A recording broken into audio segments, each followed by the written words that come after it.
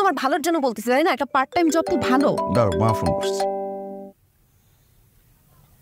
Hello মা, কি অবস্থা? বাবা রে, তোরে তো একটা কথা জানানো হয়নি।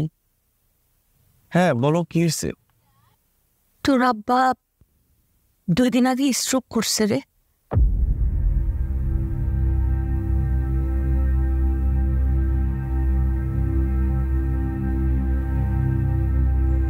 মা কি বলতেছো এইসব?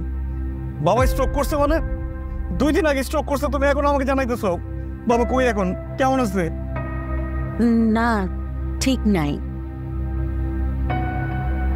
স্ট্রোক করার পর বাপাসটা পুরা প্যারালাইজড হয়ে গেছে। মা সত্যি করে বলো, বাবা কি বাইচে আছে? বাবা বাবা অস্থিরতা করিস না, সাহস রাখ। হ্যাঁ, একটু শান্ত হ বাবা। আরে ধৈর্য ধরবো কিভাবে? 2 দিন আগে বাবা স্ট্রোক করছে, বাবার কি অবস্থা, কোথায় ট্রিটমেন্ট করতেছে তা না জানাই তুমি এখন ফোন করে আমাকে বলতেছো? আমি আমি এদিকে দেখতেছি, আমি আছি তো নাকি? আমি আছি, চিন্তা করিস না।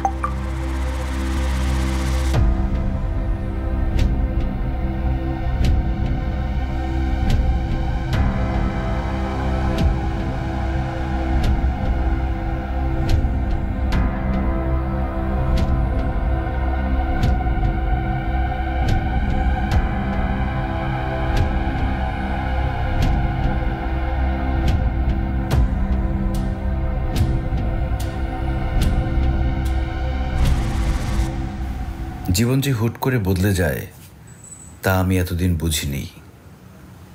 এতদিন আমার চোখে ছিল একটা রঙিন চশমা, যে চশমায় দুনিয়াটাও রঙিন লেগেছে। কারণ আমার বাবা সুস্থ ছিল, আমাকে বট বৃক্ষের মতো ছায়া দিচ্ছিল।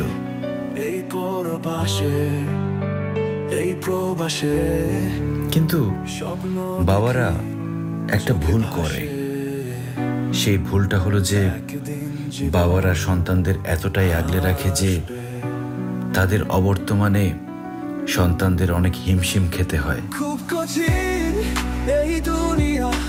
আমিও খাচ্ছি। দেশের মাটির মধুর আশা তুমি আছো, দেশ আছো, আমার প্রতিটি নিঃশ্বাসে তোমার ছোঁয়া, তোমার সুর আমার হৃদয়ে বাজে প্রবাসে। আমার অবস্থা বদলানোর সাথে সাথে বদলে গেল আমার আশেপাশের সবাই।